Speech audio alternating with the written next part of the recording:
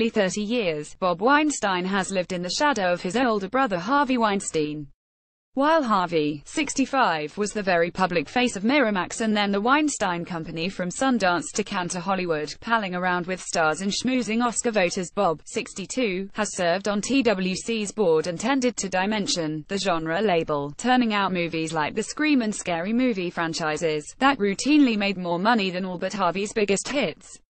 Now, in the wake of the dozens of allegations charging Harvey with 3 decades of sexual harassment, abuse, and even rape, Harvey is out, fired from the company he co-founded with Bob in 2005. And Bob, thrust into an unaccustomed limelight, is forced to try to pick up the pieces amid the growing chaos. He insists that the company, which is expected to undergo a name change, can survive. But 4 of his fellow board members have resigned, and his co David Glasser and other key members of his 150-employee staff have yet to commit to stay with the company. Amid widespread predictions that the Weinstein Co. will be forced to shut down or sell all parts, he maintains there is a plan to come out on the other side. But right now, even as he struggles to right the company of which he and Harvey both own about 20% each, he's also coping with his own sense of shame and betrayal, expressing sympathy for Harvey's victims while also questioning whether he should have done more in the face of Harvey's alleged abusive behavior. Bob, who worked mostly in Los Angeles while Harvey presided over TWC's New York offices, says he's barely spoken to his brother over the past 5 years. I could not take his cheating, his lying and also his attitude toward everyone, he says. While he says he knew his brother was unfaithful to wife Georgina Chapman, Bob insists he had no idea about the type of predator that he was and is sickened by Harvey's seeming lack of remorse. I have a brother that's indefensible and crazy, says Bob, adding, I want him to get the justice that he deserves. Amid the chaos and uncertain future at TWC, Bob agreed to a 45-minute phone interview with a Hollywood reporter. During the talk, he often became emotional when discussing his brother and the company they co-founded. He refused to discuss certain specifics, such as the claim in the New York Times that he and the board were aware of Harvey's settlements with women during Harvey's most recent contract negotiation, or the fate of certain TWC movies, such as the titled The Current War. But he opened up on the personal aspect of the scandal and said he believed the Motion Picture Academy should expel his sick and depraved brother. How do you assess what has happened? I find myself in a waking nightmare. My brother has caused unconscionable suffering. As a father of 3 girls, I say this with every bone in my body, I am heartbroken for the women that he has harmed. I'm a fighter. For my entire adult life, I fought for the films I want to see the light of day. I have fought for my employees, who have dedicated their lives to achieving the vision of this company that me and my brother founded. But I cannot fight what is indefensible. The members of the board, including myself, did not know the extent of my brother's actions. I know him on a personal level better than anyone. It's hard to describe how I feel that he took out the emptiness inside of him in so many sick and depraved ways. It's a sickness, but not a sickness that is excusable. It's a sickness that's inexcusable. And I, as a brother, understood and was aware as a family member, that my brother needed help and that something was wrong. I was also the object of a lot of his verbal abuse, at one time physical abuse. And I am not looking for one bit of sympathy from anyone. I do not put myself in the category at all of those women that he hurt. But it's a complicated situation when it's your brother doing the abusing to you as well. I saw it and I asked him to get help for many years. And that's the truth. He avoided getting the help. We begged him. This hurts, but I don't feel an ounce of remorse coming from him, and that kills me too. When I heard his written, lame excuse. Not an excuse. When I heard his admission of feeling remorse for the victims and then him cavalierly, almost crazily saying he was going to go out and take on the NRA, it was so disturbing to me. It was utter insanity. My daughters all felt sick hearing this because we understood he felt nothing. I don't feel he feels anything to this day. I don't. One question that is on everybody's mind: here's your brother. How in the world did you not know this was going on? First of all, let me tell you something that people don't know. For the last 5 years, I've probably talked to my brother 10 times on any personal level. That's the fracture that's gone on. Since Dimension started, we ran 2 separate companies. So many of the people that he does business with, actors, actresses, I've never even met, and they know it. I wanted to lead a separate existence. So we were leading 2 separate divisions. I actually was quite aware that Harvey was philandering with every woman he could meet. I was sick and disgusted by his actions. But that's the extent of what I knew. I said, Harvey, you're just cheating. Why do you constantly cheat? I could see it. But I wasn't in the room with him. For me, I thought he was literally just going out there cheating in a pervasive way. It wasn't like he even had a mistress.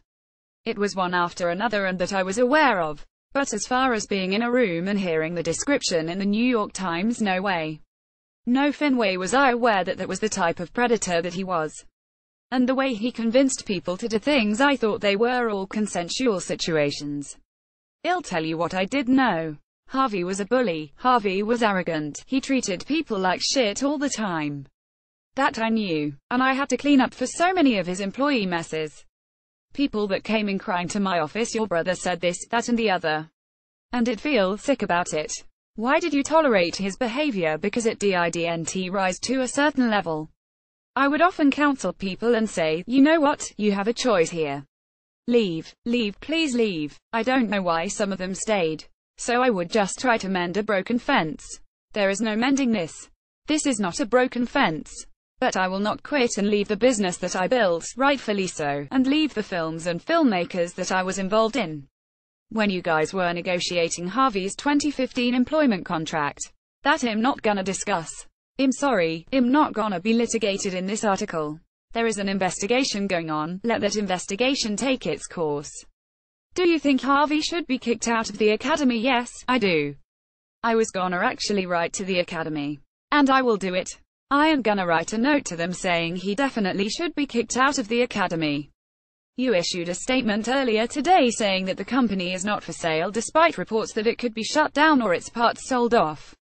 If it's not for sale, what is the plan to salvage this company? We are thinking about how to do that. We had an employee meeting the other day, all 180 of the employees. And me and David Glasser addressed them all. Talk about emotions cascading. These innocent people are hurt, so many of them not knowing anything about my brother's behavior. But I was touched because, and I did not know this was coming, they said, we don't want Harvey to have the last word on this company. We want to stay. We believe in the films, we believe in you, Bob, David Glasser, we believe in ourselves. And we definitely don't want to let him win. And that's a part of the human story that nobody is hearing. I know they're saying shut this company down. Well, they didn't shut Fox News down, they didn't shut NBC down. My brother is the one that should pay with everything. And I mean literally, whether it's criminal or otherwise, I will be supportive of all of that. But I don't think the people that are the employees of this company or the company itself should pay. Harvey was the face of the company. That's what he loved. It's actually part of his whole thing, being famous. This brother is not that brother. This brother made just as much money, ran a successful division, more successful financially than Harvey's. But I'm a different guy and I run it differently and people know it and they know I can be successful and we don't need to do any of the Harvey stuff. And there is a plan. All I'm trying to do right now is go forward, figure out a plan. Me and David Glasser and the board members have an idea of what we'd like to do, that we think would be the responsible thing to do for all the critics, rightfully so, with regards to the TWC side and yet for people to keep their jobs. And the pieces of the business that still can be resurrected and continue, we think that they should. Do you have a new name for the company? We're coming up with one. And it won't be familial, I promise you that. Any effort to keep the company going will depend on financial backing. Aren't the finances of this company in trouble? We have good enough finances. The banks gave us their support today. What does that mean with scandal? Sometimes people can just say we don't want to be associated. They're supporting us. And in terms of surviving, we have enough good product and things on our slate. We are moving quickly, and there are people interested in participating financially. On the condition, rightfully so, that Harvey Weinstein is out for good. But you have people like Lin-Manuel Miranda trying to get in the heights extricated from the company. You have Disney dropping you guys from producing Artemis Fowl. Apple and Amazon have scrapped big TV projects. Collaborators are turning their backs on you. How do you survive that? We will, is my answer, and there are a lot of things in process with regards to a lot of those kinds of things that will get resolved in an amicable way and a good financial way. I really don't want to get into the particulars of any one situation. All I can say is that there is a plan to come out on the other side. and also the other side that makes the public rightfully feel happy that what Harvey stood for exists no longer. The public deserves that. The victims deserve that. Everybody deserves that. Those bankers, they look at my slate and they know that I've made them money for many, many years. And lately I have had a cold hand. There is no two ways about it, on the dimension side, but I have a fucking great slate coming up and they're aware of it. And this is a business where all of a sudden you walk into Stephen King's It one day. And things change. It is that kind of business. I have $6 billion man. I'm closing a deal on it. I have Paddington 2, Paddington 3 is coming 2 years later. I'm back in the wheelhouse of what I've done. And when I'm back on, there is money to be made, there's jobs to be had. Harvey knew how to take credit, win his awards. But for me, there are no Academy Awards. Bob's not going to the Golden Globes or the Oscars unless somebody invites me. There have been reports that Jay's might buy Harvey's stake in the company. I'd love nothing more than that, but as far as I know, that is not a fact. There are predictions for a raft of civil litigation against the company and against Harvey personally. How can the company withstand that? That's for lawyers and people like that to go deal with. That's what they do. And things end up getting resolved, they do. My hope is that the community will allow us the time to get it right for those that deserve to continue on. That's all I can say and that's what I'm trying to do. But it's going to take time. I cannot do it in a week. Has anyone in Hollywood reached out to you with support? Yes, they have. David Glasser had a meeting with David Hutkin, who is the CFO, and the banks have been supportive. They want to see us succeed and they see that there is a product line of many movies on my side. TV shows that have been done. That they say this company can still be viable. And there have been other people that have been supportive, other companies that are doing business with us, that are sticking by us. What about the talent agencies? They are going to be key to any company going forward. Have they expressed support? There have been men and women, actresses, actors, directors, but especially women I would say, who are so properly disgusted with my brother's actions. Their attitude is when there is finally the entire divorce, when there's the plan in place, when there is the separation in place. I have a reputation that's different than Harvey. Obviously, and I work differently than him. And David Glasser is his own man. We have our own status in the industry. And they're saying we will give the two of you a chance. You have to make the separation. With my brother having contractual financial rights in this company, the divorce is going to be as speedy as we can make it. It's in process. But Harvey's going to fight his firing. Anybody can do what they want to do. I cannot control other people's actions. But he was fired by the board. Okay, I was on that board. I fired him. He can fight. It will be a losing fight. He may be fired but he still maintains his ownership interest in the company. Correct, that is correct, and we are going to seek to sever that. It can't be done that quickly. But I am on it 247 and so is David Glasser and so is the board of directors that remain and so are the shareholders. This is being dealt with. Given your relationship with Harvey, there is a contingent out there who believe that you are responsible for the leak of this information, especially the internal HR memo that made it to the New York Times. Is that true? That's totally untrue. I could take a lie detector test on that. I didn't, and, do you know, Harvey is suspicious of everybody. People that are liars, lying to his wife, to his children, to everyone, well, they have to turn around and say, who stabbed me? It's unbelievable that even to this moment he is more concerned with who sold him out. I don't hear concern or contrition for the victims. And I want them to hear that. Harvey has no remorse whatsoever. I have spoken to him 2 times since news broke, hoping to hear, oh my god, what have I done? I didn't hear that. What did you hear? I heard a guy who still was fighting to get back and I was disgusted by it. Do you know how disgusted I am? I divorced my brother 5 years ago. Literally. And those that know me personally in this company understood how I could not take being around him on any level. And certainly my daughters and my family knew it. I could not take his cheating, his lying and also his attitude toward everyone. I had to divorce myself to survive. Nobody is perfect. I'm not perfect. If I made mistakes, I apologize to everyone for not standing up stronger and sooner. But if you want to take my head and the company's and everybody else's, if I lose at the end of the day, then I lose it. But I'll fight for what I believe is right. And I'll apologize for my own lack of strength at times.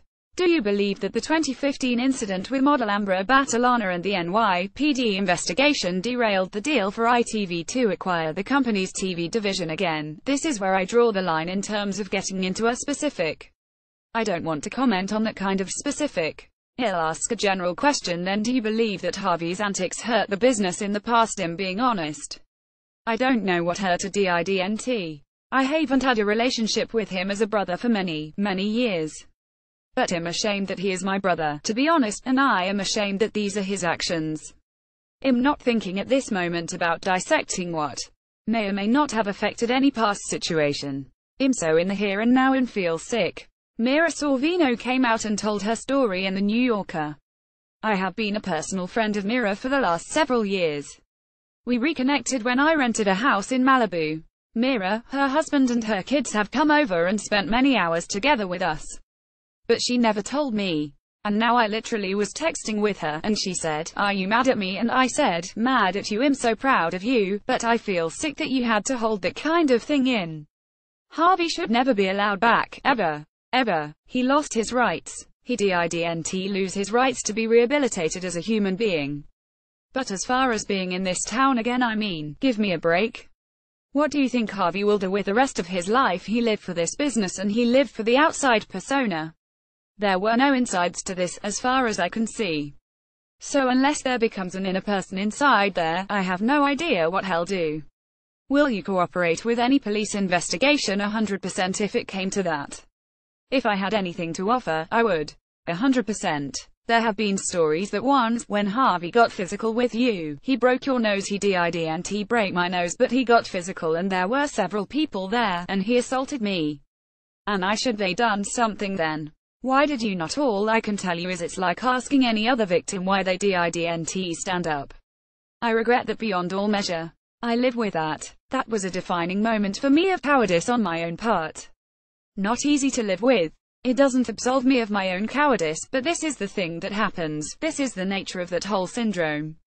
And it's disgusting on every level. But hopefully, the more it's talked about, I was happy when people started to come out. It made other people braver. Well, you've had some anger issues in the past as well. Yes, but I've done my work. Without getting into details, I've done enough work, and I faced my own self. There are those that do the work and those that don't. I did it. I'm not that guy, and that's not the way I operate.